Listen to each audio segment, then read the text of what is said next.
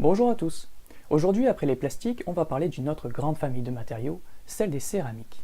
Si ce mot vous évoque toute une gamme de produits différents, sachez qu'encore aujourd'hui, il n'y a aucun consensus sur ce qu'est une céramique d'un point de vue matériaux. Il existe essentiellement deux écoles sur la façon de traiter la question. La première consiste à ne parler que de céramique, et la seconde consiste à créer la famille des matériaux minéraux qui contient, entre autres, les céramiques. Après avoir croisé plusieurs sources, parfois contradictoires à cause de cette lacune, j'ai choisi de traiter la question des céramiques via les matériaux minéraux, qui, je trouve, permettent une meilleure classification. Mais l'autre façon de faire n'en est pas moins valable. Donc, avant de parler des céramiques, voyons ce qu'est un matériau minéral. La définition des matériaux minéraux est très simple et se fait par leur composition chimique. Ce sont des matériaux non métalliques et non organiques. En conséquence, ils présentent essentiellement des liaisons ioniques à covalentes, mais on observe parfois la présence de liaisons faibles ou un léger comportement métallique.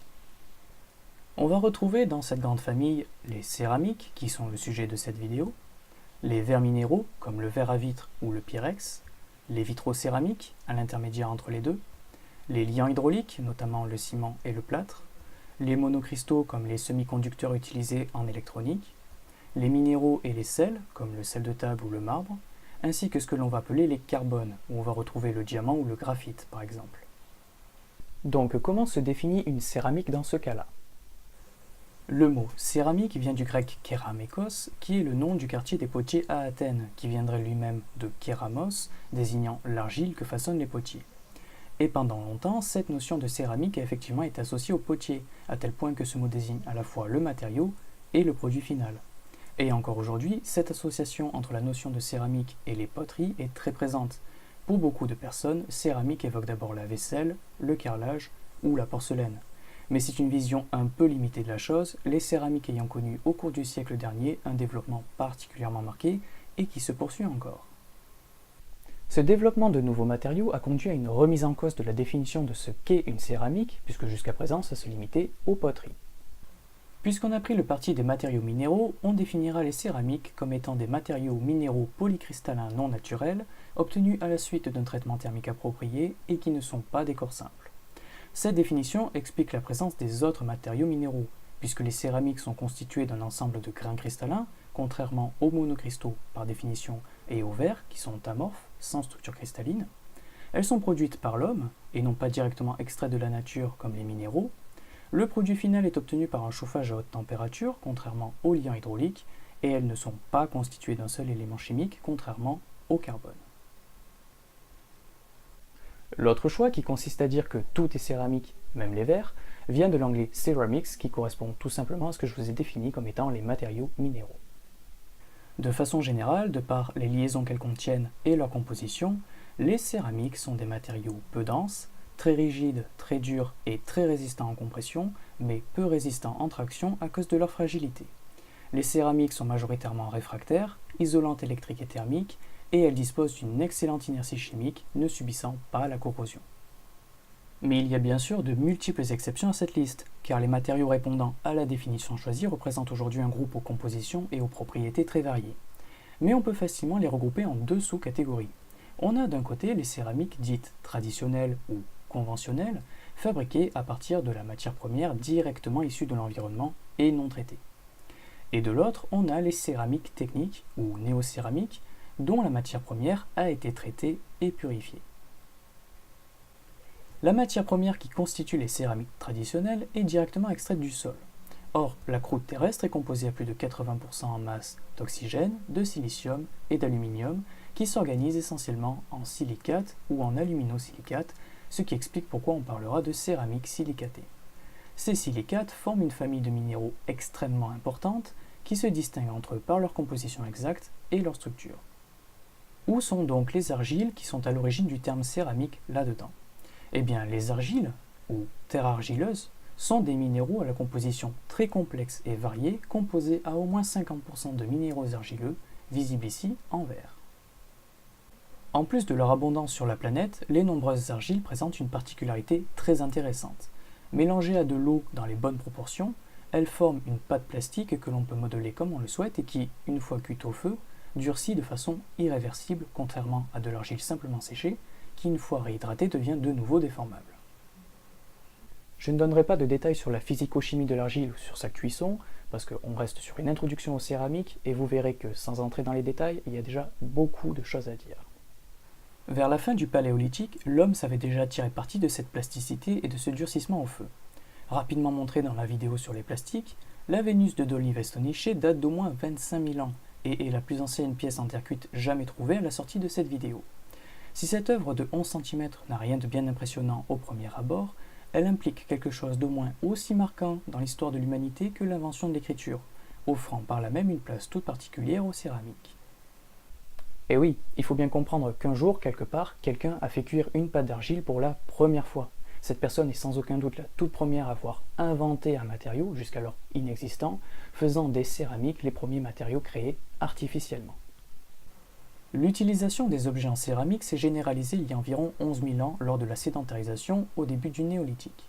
Dès lors, elles vont bénéficier d'un lent développement qui durera jusqu'à nos jours, au cours duquel la maîtrise des procédés de fabrication et le contrôle des mélanges de matières premières seront améliorés, permettant de passer des objets rituels simplistes aux figurines en terre cuite et aux vases finement ouvragés des Grecs, à la porcelaine chinoise, jusqu'aux briques utilisées massivement lors de la révolution industrielle et nos tuiles modernes, faisant des céramiques des marqueurs de l'évolution des différentes sociétés humaines, très utiles pour les archéologues. Si elles sont quasiment toutes faites à base de terres argileuses humidifiées, l'ajout d'autres minéraux et le type d'argile permettent de produire différentes céramiques traditionnelles que vous connaissez sûrement déjà au moins de nom. D'abord, on trouve les fameuses terres cuites. Leur nom vient du fait qu'elles ont, pendant des millénaires, été produites par la cuisson à haute température d'une pâte de terre argileuse modelée et séchée. Mais aujourd'hui et depuis longtemps, on les fabrique en mélangeant cette pâte d'argile avec d'autres matières premières, comme des dégraissants, qui assurent une double fonction. Ils rendent la préforme moins déformable en lui donnant de la consistance, et ils limitent la contraction de la pièce lors de son séchage et de sa cuisson, ce qui limite la casse. L'idée est d'intégrer dans la pâte plastique, déformable, des grains de matière rigide. Pour remplir ce rôle, on utilise essentiellement du sable, avec parfois du calcaire, des chamottes ou des rebuts de céramique broyés.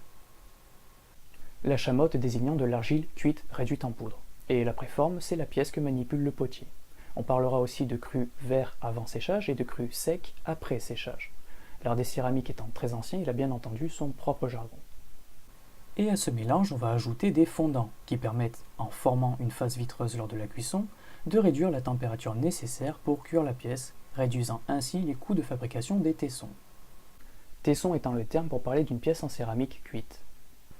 On utilisera souvent des feldspaths avec parfois du mica ou de la craie. Avec une couleur variant du blanc jaunâtre au brun en passant par le rouge orangé typique des tuiles, selon le taux d'impureté présente, notamment l'oxyde de fer, les produits en terre cuite sont appréciés pour leur esthétique, leur durabilité et leur porosité, c'est-à-dire la présence de petits trous dans leur structure qui les rendent isolantes thermiquement et phoniquement. Elles sont utilisées essentiellement dans le bâtiment, pour la fabrication de tuiles, qui sont apparues il y a plus de 5000 ans en Chine et en Mésopotamie, et pour la fabrication de briques, que l'humanité utilise depuis plus de 10 000 ans. On distingue les briques de structure, qui vont servir pour les murs porteurs, les cloisons, les ourdis ou les boisseaux, et les briques apparentes pour lesquelles l'esthétique compte beaucoup. Elles existent en briques pleines ou creuses, en plaquettes ou en pavés pour sol. On utilise aussi les terres cuites pour faire des produits de bardage, permettant d'isoler les bâtiments de l'extérieur, ou pour faire des carreaux de sol. Hors BTP, on les utilise dans le milieu artistique ou pour réaliser des ustensiles de cuisine. Et en n'ajoutant aucun fondant, on produit des argiles réfractaires, plus coûteuses mais utilisables dans les fours, les fourneaux ou les chaudières. On a ensuite les faïences, dont le nom vient de Faenza, une ville italienne réputée à la Renaissance pour ses œuvres en céramique. On en distingue deux types, les faïences stanifères et les faïences fines. Ce qui va faire la différence entre une faïence et une terre cuite, c'est l'émail qu'on applique sur les premières. Pour le vocabulaire, un émail, de façon générale, c'est une couche qui vitrifie, c'est-à-dire qui forme un verre à haute température. Elle se compose de différents minéraux comme de la silice, des feldspaths ou des argiles, auxquels on peut ajouter de la frite, qui n'a rien à voir avec la friture, il s'agit simplement de verre pilé qui permet d'augmenter la transparence de l'émail. On ajoute aussi des oxydes métalliques pour le colorer par peinture, décalcomanie ou sérigraphie, ou pour modifier certaines propriétés. On parlera parfois de glaçure ou de couverte, uniquement si cet émail recouvre une céramique, et on emploie le terme engobe pour les émaux enrichis en argile. Pour en revenir aux faïences, les faïences stanifères sont obtenues à base d'argile quelconque. Elles étaient initialement obtenues en réalisant une cuisson de dégourdi qui permet d'obtenir un tesson poreux de terre pas totalement cuite, mais suffisamment pour être manipulable. Ce tesson va ensuite être émaillé par une glaçure contenant de l'oxyde d'étain. D'où l'appellation stanifère qui vient du latin stanum désignant l'étain. L'oxyde d'étain colore les maillons blancs, ce qui est très apprécié esthétiquement, et sert de support à la décoration peinte avec des oxydes métalliques. Mais les couleurs sont limitées à 5, le bleu, le violet, le rouge, le vert et le jaune. Pourquoi uniquement ces couleurs-là? Eh bien parce que les autres ne supportaient pas la seconde cuisson, appelée cuisson de grand feu, qui finit de cuire le tesson tout en vitrifiant l'émail et en fixant les couleurs. Cette limitation de la coloration des faïences stanifères de grand feu, en plus de la concurrence opposée par les porcelaines chinoises, a poussé au développement d'un nouveau procédé dit de petit feu ou de réverbère. Ici, le cru est totalement cuit pour donner ce que l'on appelle un biscuit, qui a les propriétés de la pièce finale. On recouvre ce biscuit d'un émail stanneux, puis, après la cuisson de l'émail, on peint chaque couleur séparément avec, entre chacune, une cuisson à basse température pour la fixer. Les faïences fines, elles, sont obtenues à partir d'argile blanche ou ivoire. La glaçure déposée dessus ne contient pas d'oxyde d'étain puisque le tesson est déjà blanchâtre. On y met en revanche de l'oxyde de plomb qui permet de grandement réduire la température de fusion de la glaçure tout en maintenant sa transparence. On parlera parfois de faïence plombifère. Et à la différence des stanifères, le décor est ici peint avant l'émaillage, ce qui le protège de l'environnement.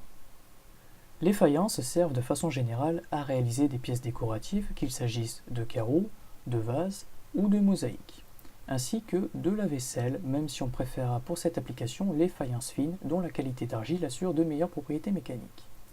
A savoir que l'on parlera de terre vernissée plutôt que de faïence si la terre est colorée et l'émail transparent. C'est typiquement le cas des tuiles, des briques et des ustensiles de cuisine dits émaillés. On a ensuite les grès. Alors, il ne faut pas confondre le grès, une roche composée de sable aggloméré, et les céramiques nommées grès, obtenues à partir d'argiles graisantes, riches en silice, qui ont la particularité lors de leur cuisson à haute température de former un verre partout dans la pièce et pas uniquement en surface, comme lorsqu'on fait de l'émaillage. Ce verre va remplir les pores et rendre le tesson dense, imperméable et totalement insensible au gel, l'humidité ne pouvant pas s'immiscer dans les pores et provoquer l'éclatement de la pièce. On parlera de grès cérame pour faire la distinction. Bien entendu, un grès cérame peut être émaillé pour des questions esthétiques. Il se distingue des faïences par la phase vitreuse qui remplit les pores. Extrêmement résistants mécaniquement au gel et aux attaques chimiques, les grès cérame sont très utilisés pour les revêtements de sol en extérieur. On les utilise aussi pour la vaisselle, les dalles anti-acides ou les tuyaux d'assainissement. Puis on a les porcelaines. L'origine du terme est particulière. Leur nom vient d'une famille de coquillages d'aspect et de texture similaires, dont le nom porcelaine vient du latin porcella, signifiant la truie, et qui était aussi un sobriquet désignant les parties intimes des femmes, plus spécifiquement la vulve.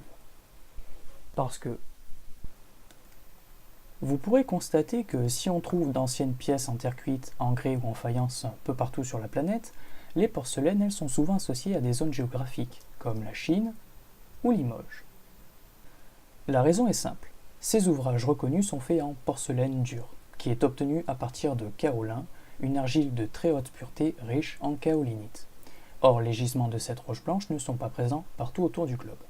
Ce kaolin est cuit à très haute température avec des fondants et des dégraissants, ce qui donne un tesson d'un blanc immaculé et translucide en faible épaisseur, puisque les hautes températures permettent, comme pour le grès, de combler la quasi-totalité des pores avec la phase vitreuse, ce qui rend aussi les porcelaines très dures et très résistantes mécaniquement. D'ailleurs, cette translucidité permet de facilement les distinguer des faïences. Elles sont encore très utilisées pour les décorations, la vaisselle ou pour faire des isolateurs électriques, l'absence d'impuretés comme l'oxyde de fer leur procurant d'excellentes propriétés électriques. Alors que le secret des porcelaines chinoises restait entier, certains, pour ne pas se laisser doubler par cette céramique très prisée, se sont mis en tête de créer un ersatz avec les matières premières dont ils disposaient.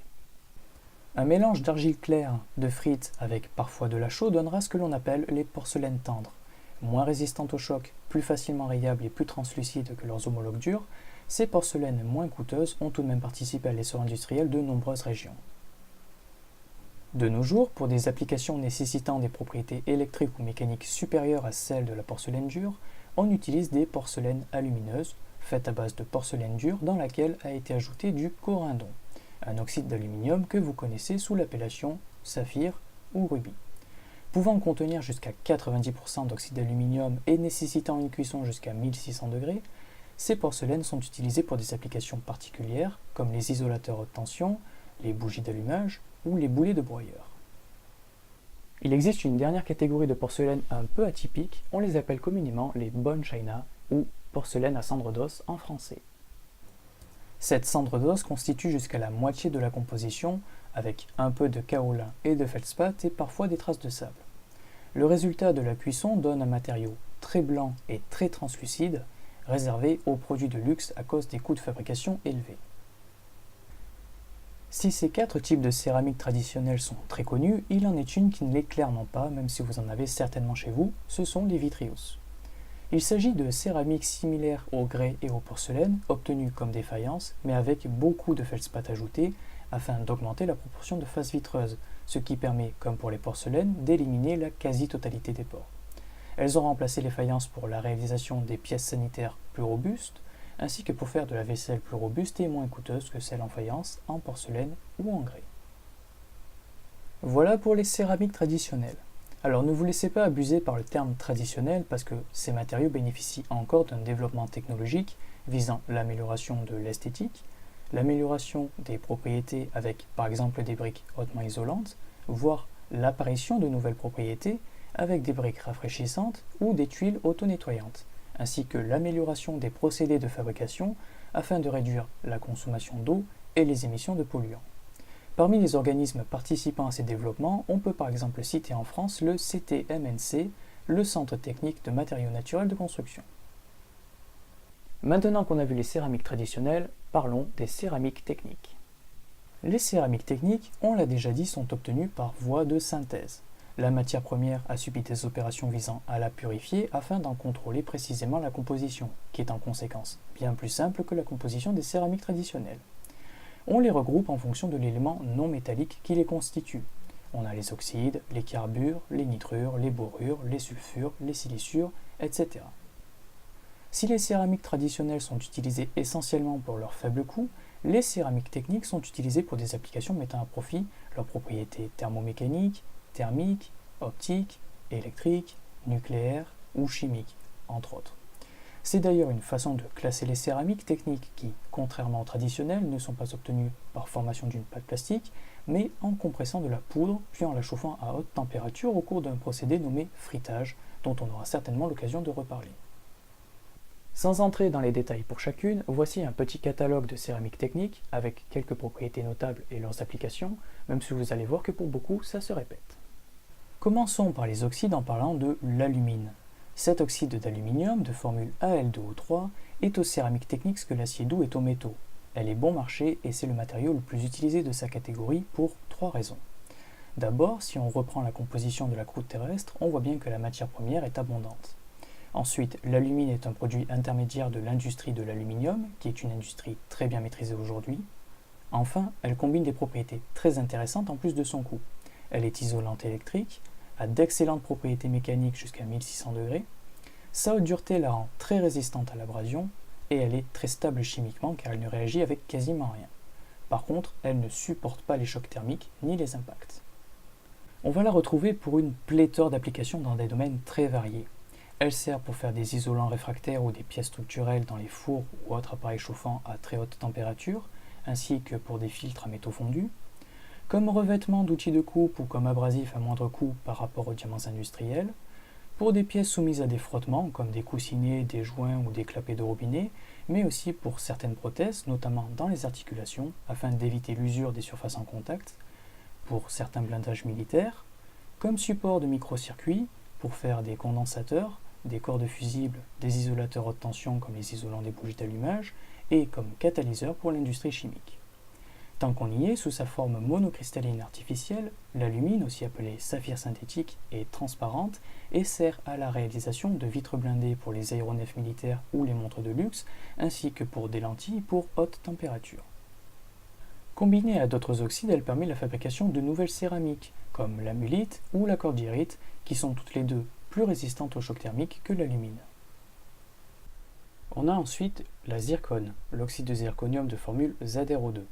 Son point de fusion extrêmement élevé, à 2700 degrés, en fait la céramique courante possédant la meilleure tenue en température. Mais pure, elle se dilate trop lorsqu'elle refroidit, à tel point que la pièce casse systématiquement. C'est pourquoi on doit stabiliser la zircone avec des oxydes, comme la magnésie qui donne des zircones partiellement stabilisés, ou l'oxyde d'yttrium qui donne des zircones totalement stabilisés. Celles-là sont plutôt utilisées pour des applications à basse température, mais soumises à des contraintes répétées ou des frottements fréquents. L'ajout de stabilisants en fait la céramique disposant de la meilleure tenue au choc. Sinon, elle est dure, isolante électrique lorsqu'elle est peu stabilisée, mais conduit l'électricité à chaud et a une excellente tenue chimique. Son utilisation la plus connue du grand public s'est développée ces dernières années. Il s'agit des couteaux céramiques pour lesquels la grande dureté et la tenue au choc de la zircone sont primordiales.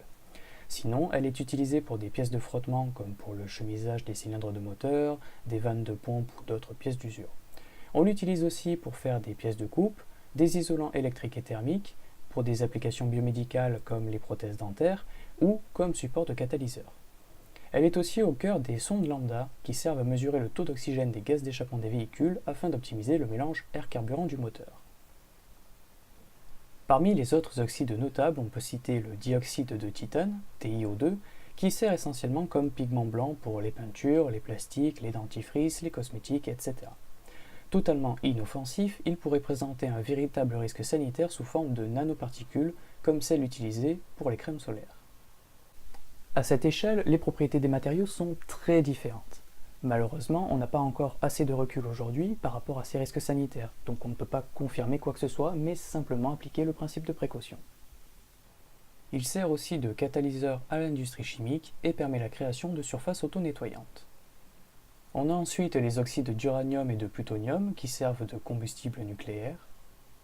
Et oui, on n'utilise pas l'uranium ou le plutonium sous forme métallique dans les réacteurs, on utilise des pastilles d'oxyde qui tiennent mieux en température.